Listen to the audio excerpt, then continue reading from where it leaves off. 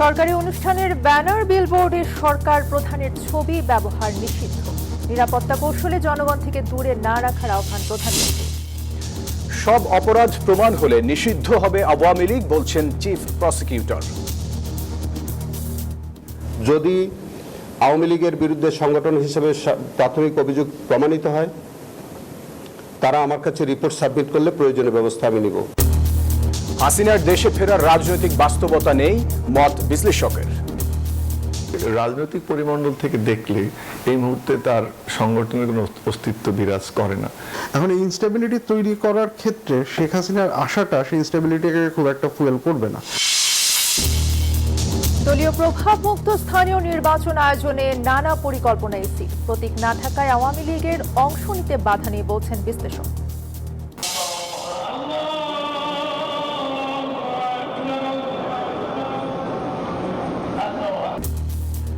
কোটি মানুষের অশ্রুসিক্ত ভালোবাসায় খামেনির জানাজা, সর্বোচ্চ নেতার মূল আদর্শ ধারণের অঙ্গীকার। বিসিবির সাবেক সভাপতি পাপনের সীমাহীন দুর্নীতির প্রাথমিক সত্যতা মিলেছে, জানালো দুদক। যাবতীয় নথি চেয়ে ক্রিকেট বোর্ডের 3টি চিঠি। হঠাৎ অসুস্থ হয়ে চলে গেলেন লেখক গবেষক অধ্যাপক আবুল কাশেম ফজলুল হক। পরিবার ও সাহিত্য অঙ্গনে শোকের ছায়া। দর্শক, স্বাগত নিউজ 24 সংবাদে। আর পুরো সংবাদে আপনাদের সাথে আছি আমরা দুজন, আমি ফয়সাল মাহমুদ এবং আমি তাসনিম অর্থী। দেখছিলেন সুপার বোর্ড সংবাদ শিরোনাম। সরকারি অনুষ্ঠানের ব্যানার, ফেস্টুন এবং বিল বোর্ডে প্রধানমন্ত্রীর ছবি ব্যবহার নিষিদ্ধ করেছে সরকার। মন্ত্রিপরিষদ বিভাগের পরিপত্রে বলা হয়, ব্যানার, ফেস্টুন ও বিলবোর্ডের নকশা এমনভাবে তৈরি করতে হবে যাতে অনুষ্ঠানের উদ্দেশ্য, বার্তা এবং বিষয়বস্তু সুস্পষ্টভাবে প্রতিফলিত হয়।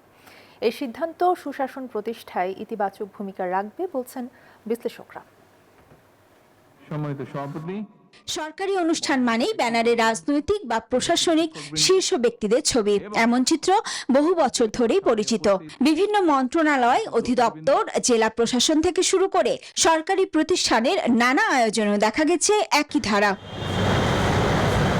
বাসা থেকে সচিবালয়ে যাওয়ার পথে সড়কে একটি মন্ত্রণালয়ের কর্মসূচির ব্যানার ফেস্টুনে নিজের ছবি দেখতে পান প্রধানমন্ত্রী তারেক রহমান। পরে সচিবালয়ে মন্ত্রিপরিষদ সচিবকে ডেকে সরকারি অনুষ্ঠানের ব্যানার, ফেস্টুন ও বিলবোর্ডে প্রধানমন্ত্রীর ছবি ব্যবহার বন্ধের নির্দেশনা দেন। মন্ত্রিপরিষদ বিভাগের পরিপত্রে বলা হয়েছে, ব্যানার, ফেস্টুন ও বিলবোর্ডের নকশা এমনভাবে তৈরি করতে হবে যাতে অনুষ্ঠানের উদ্দেশ্য, বার্তা ও বিষয় সুস্পষ্টভাবে প্রতিফলিত হয়। রাজনৈতিক বিশ্লেষকদের মতে, রাষ্ট্রের প্রতিষ্ঠানকে ব্যক্তি বা রাজনৈতিক নেতৃত্বের পরিবর্তে প্রাতিষ্ঠানিক পরিচয়ের মাধ্যমে তুলে ধরার সংস্কৃতি গণতান্ত্রিক চর্চাকে শক্তিশালী করতে পারে। গণতান্ত্রিক রাজনৈতিক ব্যবস্থার ধারাবাহিকতার জন্য এটা একটি গুরুত্বপূর্ণ ভূমিকা রাখবে। অর্থাৎ আমার আমিত্ব বড় নয়, দেশের জনগণই বড়, দেশের জনগণের স্বার্থই বড়, দেশের স্বার্থই বড়, দেশের স্বাধীনতা সার্বভৌমত্বই বড়। সেই বার্তাই আমি মনে করি এটা বহন করে। এই সিদ্ধান্ত সুশাসন প্রতিষ্ঠায় ইতিবাচক ভূমিকা রাখবে, বলছেন বিশ্লেষকরা। সুশাসনের জন্য একটি দারুণ ইতিবাচক কাজ করবে বলে আমার কাছে মনে হয়। তবে এটি ধরে রাখা এবং এই বিষয়টি যাতে তৈলমর্দনের পর্যায়ে গিয়ে আবার আমাদের আমলাতন্ত্র যাতে সেটাকে মিসইউজ না করে, সেটাও কিন্তু দেখতে হবে। এ ধরনের সিদ্ধান্তে সরকারি অফিসে দলীয় প্রভাব কমানোর পাশাপাশি জবাবদিহিতা নিশ্চিত করা সহজ করবে, বলছেন বিশ্লেষকরা। Desk report, news 24। নিরাপত্তার বহুমাত্রিক চ্যালেঞ্জ মোকাবিলায় সশস্ত্র বাহিনীর সদস্যদের সবসময় প্রস্তুত থাকার নির্দেশনা দিয়েছেন প্রধানমন্ত্রী তারেক রহমান। সেনানিবাসে প্রেসিডেন্ট গার্ড রেজিমেন্টের প্রতিষ্ঠা বার্ষিকীর আয়োজনে তিনি আরও বলেন, সশস্ত্র বাহিনী দেশ ও জনগণের গৌরবের প্রতীক। নিরাপত্তা কৌশল এমনভাবে সাজাতে হবে যাতে সরকার প্রধান জনগণ থেকে দূরে সরে না যান। ঢাকা সেনানিবাসে প্রেসিডেন্ট গার্ড রেজিমেন্টের ৫১তম প্রতিষ্ঠা বার্ষিকীর আয়োজনে যোগ দেন প্রধানমন্ত্রী তারেক রহমান। কেক কেটে আয়োজন উদ্বোধন করেন সরকার প্রধান। কুশল বিনিময় করেন চট্টগ্রামের শহীদ রাষ্ট্রপতি জিয়াউর রহমানের সঙ্গে শহীদ হওয়া ৫ পিজিআর সদস্যের পরিবারের সঙ্গে। প্রধানমন্ত্রী বলেন, সাইবার যুদ্ধ সহ বহুমাত্রিক চ্যালেঞ্জ মোকাবেলায় সব বাহিনীরই আরও আধুনিক ও প্রশিক্ষিত হওয়া জরুরি। এ বিষয়ে উদ্যোগ নিয়েছে সরকার।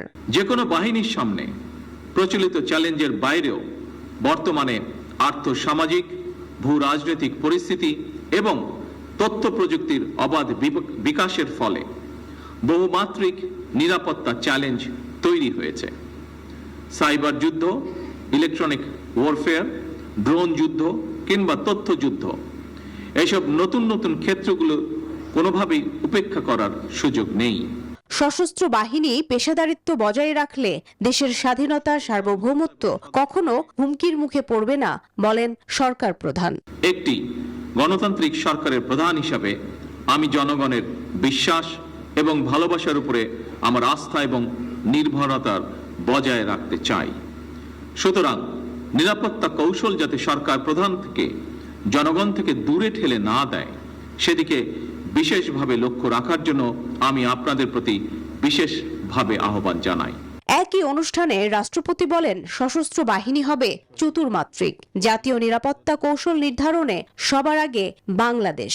প্রেসিডেন্ট গার্ড রেজিমেন্ট আগামী দিনে আরও আধুনিক প্রযুক্তি, আন্তর্জাতিক মানের প্রশিক্ষণ এবং পেশাগত উৎকর্ষ অর্জনের মাধ্যমে নিজেদের সক্ষমতাকে আরও বাড়াবে। সরকার সশস্ত্র বাহিনীকে আধুনিক বাহিনী হিসেবে গড়ে তুলতে বদ্ধপরিকর বলেও জানান রাষ্ট্রপ্রধান। প্রিয় প্রতিনিধিবৃন্দ, মারুফা রহমান, নিউজ 24, ঢাকা। জুলাই গণ অভ্যুত্থান দমনে গণহত্যা সহ নানা অভিযোগে এবার দল হিসেবে কার্যক্রম নিষিদ্ধ আওয়ামী লীগের বিচারে তদন্ত চলছে বলে জানিয়েছেন আন্তর্জাতিক অপরাধ ট্রাইব্যুনালের চিফ প্রসিকিউটর আমিনুল ইসলাম। তিনি বলেন, তদন্তে প্রমাণ মিললে ট্রাইব্যুনাল আইনেই শুরু হবে বিচার। আওয়ামী লীগের জোট সঙ্গীদের বিচার শুরু হবে কিনা তা তদন্ত শেষে জানা যাবে বলেও জানান তিনি। রবিবার ট্রাইব্যুনালে সাংবাদিকদের এসব কথা বলেন তিনি। 2024 সালের জুলাই ছাত্র জনতার আন্দোলন দমনে বেপরোয়া ছিল পুলিশ ও আওয়ামী লীগের অঙ্গ সংগঠনগুলো। পুরো আন্দোলনে হত্যা করা হয় 1400 জনকে, আর আহত হয় আরও প্রায় 20,000 মানুষ। 2024-এর অক্টোবরে দল হিসেবে আওয়ামী লীগের বিচারের জন্য ট্রাইব্যুনালে আবেদন করেন ববি হাজ্জাজ। নিয়োগ দেয়া হয় তদন্ত কর্মকর্তা। এবছরের জুলাই জাতীয় সম্মেলনে স্বরাষ্ট্রমন্ত্রী জানান, গণহত্যার দায়ে শিগগিরই আওয়ামী লীগের বিচার শুরু হবে। রাজনৈতিক দল হিসেবে আওয়ামী লীগের বিচার দাবি করেছি আমরা, আপনারা দাবি করেছেন, তদন্ত পরিচালিত হচ্ছে। ইনশাআল্লাহ খুব শিগগির রাজনৈতিক দল হিসেবে সেই রাজনৈতিক দলকে বিচারের কাঠগড়ায় নিয়ে যাওয়া হবে। এমন প্রেক্ষাপটে আওয়ামী লীগের বিরুদ্ধে ওঠা অভিযোগ ও তদন্তের অগ্রগতির বিষয়টি তুলে ধরেন চিফ প্রসিকিউটর। আমাদের এখানে যে ইনভেস্টিগেশনটা চলমান আছে, আমাদের পক্ষ থেকে কোনো ধরনের হস্তক্ষেপ নাই। তদন্ত সংস্থা স্বাধীনভাবে তদন্ত করছে। যদি আওয়ামী লীগের বিরুদ্ধে সংগঠন হিসেবে প্রাথমিক অভিযোগ প্রমাণিত হয়, তারা আমার কাছে রিপোর্ট সাবমিট করলে প্রয়োজনীয় ব্যবস্থা আমি নিব। জানান, আওয়ামী লীগের বিচার শুরু হলে সভানেত্রী হিসেবে আবারও আসামি হবেন শেখ হাসিনা। সংগঠন হিসেবে কিছু ভূমিকা থাকে, এটা ব্যক্তি দ্বারাই পরিচালিত হয়।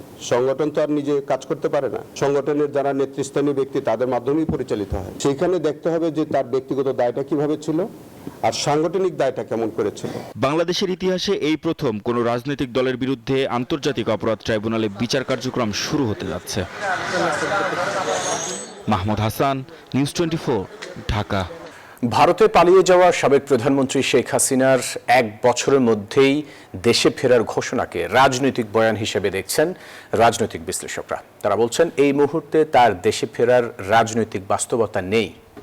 আন্তর্জাতিক অপরাধ ট্রাইব্যুনালের গ্রেফতারি পরোয়ানা এবং মৃত্যুদণ্ডের রায় মাথায় নিয়ে শেখ হাসিনার ফিরে আসতে চাওয়া ভূ রাজনৈতিকভাবে কতটা বাস্তবসম্মত তা নিয়েও প্রশ্ন রয়েছে। বিস্তারিত শালি জয়ের রিপোর্টে।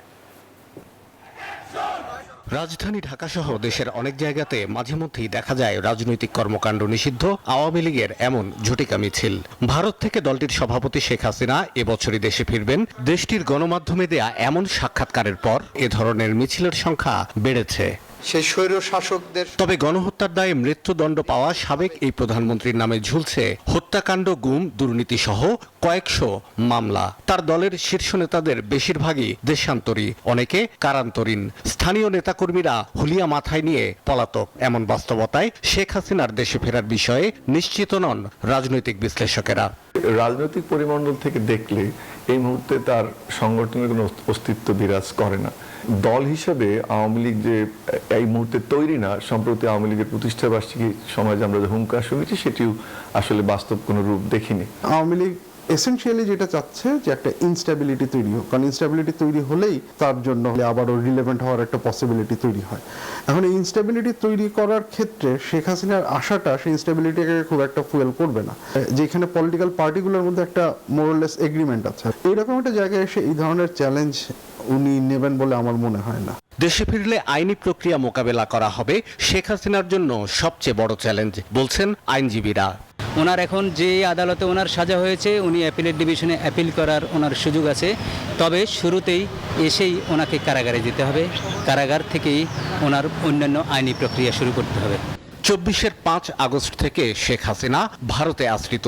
ভূরাজনৈতিক এবং কৌশলগত অংশীদার দেশগুলোর তীক্ষ্ণ নজর রয়েছে বাংলাদেশের রাজনৈতিক স্থিতিশীলতার উপর।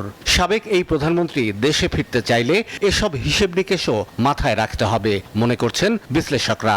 তারা এই ব্যাপারে যদি কোনো পদক্ষেপ নিতে চায় তাহলে বাংলাদেশের বর্তমান সরকারের সাথে তাদের যেই রিলেশনশিপটা তারা এখন বিল্ড করার অবস্থানে আছে, আপনি চীনের কথা চিন্তা করেন বা মার্কিন যুক্তরাষ্ট্রের কথা চিন্তা করেন, সেই ক্ষেত্রে সেটাকে শুধু শুধু একটা ঝুঁকির মুখে ফেলানো ছাড়া তাদের আসলে তো গেইন করার কিছু নেই।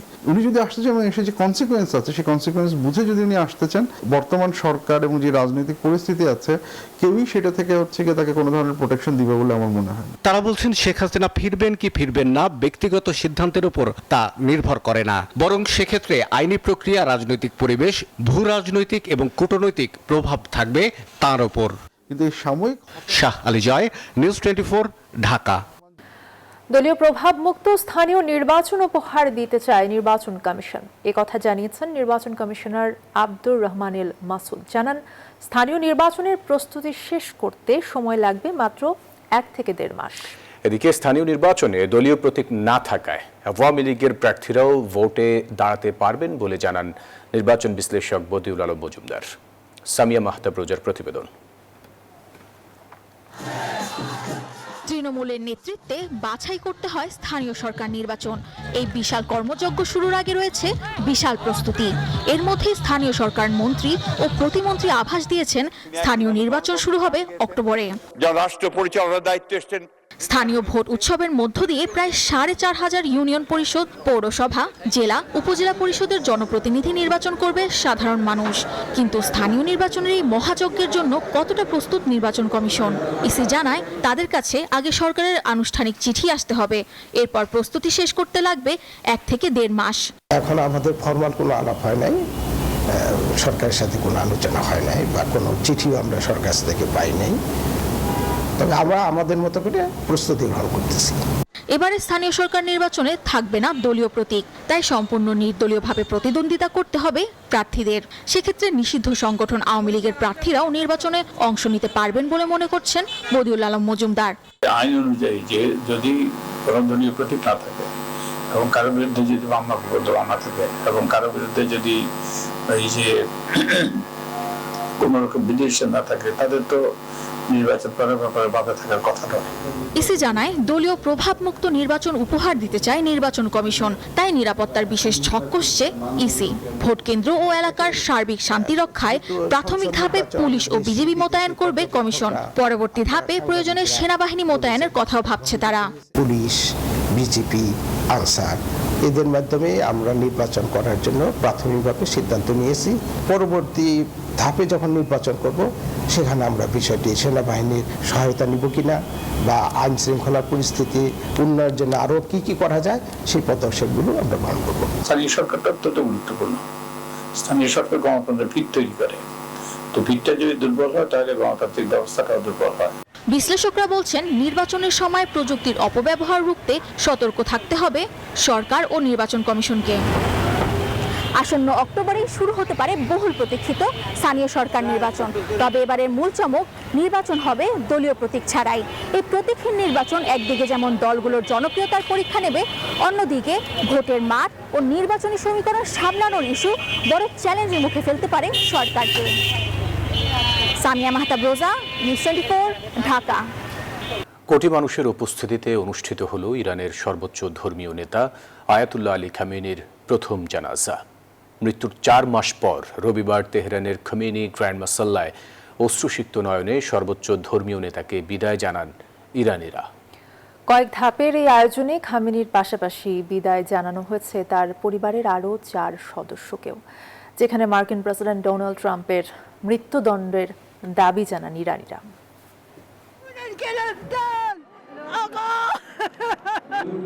শোক আর নীরবতায় মোড়ানো চারপাশ, কালো পতাকার নিচে শেষ বিদায়ের আয়োজন। আল্লাহু আকবার ধ্বনির প্রতিধ্বনির মাঝে ভেসে আসছে অশ্রুসিক্ত মানুষের আহাজারি। রবিবার ধর্মীয় ভাবগাম্ভীর্যের মধ্য দিয়ে প্রথম জানাজা অনুষ্ঠিত হয় ইরানের সর্বোচ্চ নেতা আয়াতুল্লাহ আলী খামেনির। মৃত্যুর দীর্ঘ 4 মাস পরও জানাজায় এত জনসমুদ্র দেশটির ইতিহাসে গড়েছে নতুন নজির। এ সময় মার্কিন প্রেসিডেন্ট ডোনাল্ড ট্রাম্পের মৃত্যুদণ্ড চান ইরানিরা। আমরা সবাই এখানে আমাদের বাবার রক্তের প্রতিশোধ নিতে এসেছি। এটি প্রতিশোধের এক সমাবেশ। আমরা প্রত্যেকেই নেতার সন্তান। তার জানাজার পর দ্বিতীয় পর্যায়ে জানাজা হয় শহীদ সাইয়েদে বশরা হুসাইনি খামেনি, শহীদ মেজবা আল হুদা বাকিরি ও শহীদ জাহরা হাদ্দাদ আদেলের। তৃতীয় জানাজা অনুষ্ঠিত হয় খামেনির 14 মাস বয়সী নাতনি জাহরা মোহাম্মদী গোলপায়েগানির। ইরানের প্রেসিডেন্ট সহ সরকারের নানা পর্যায়ে কর্মকর্তারা এতে অংশ নেন। উপস্থিত ছিলেন খামেনির 3 ছেলেও। কানায় কানায় পরিপূর্ণ ছিল খোমেনি গ্র্যান্ড মুসল্লা। তবে উপস্থিত ছিলেন না মুজতবা খামেনি। জানাজার পর প্রস্তুতি চলছে শোকযাত্রার। সোমবার তেহরানে মূল শোক মিছিল শেষে মঙ্গলবার কমেও জানানো হবে খামেনিকে শেষ বিদায়। এছাড়া বুধবার ইরাকের নাজাফ ও কারবালায় বিশেষ শোক ও জানাজার আয়োজন রয়েছে। বৃহস্পতিবার মাশহাদে পৃথক জানাজা ও শোকসভা অনুষ্ঠিত হবে। আর সেখানেই ইমাম রেজা রাদিয়াল্লাহু এর পবিত্র মাজার প্রাঙ্গণে চিরনিদ্রায় শায়িত হবেন বিশ্বের এক সময়ের প্রভাবশালী এই ধর্মীয় নেতা। আফরিন মৌ, নিউজ 24। গাছ কাটতে গিয়ে বিদ্যুৎ পৃষ্ঠে দগ্ধ পিরোজপুরের মঠবাড়িয়ার যুবক রাকিব হোসেনের চিকিৎসার দায়িত্ব নিয়েছে আনভির বসুন্ধরা গ্রুপ ফাউন্ডেশন। অর্থাভাবে চিকিৎসা বন্ধ হতে বসা এই যুবকের বাবার একটি ফেসবুক পোস্ট দেখে সহায়তার হাত বাড়িয়ে দেন প্রতিষ্ঠানটির চেয়ারম্যান সায়েম সোবহান আনভির।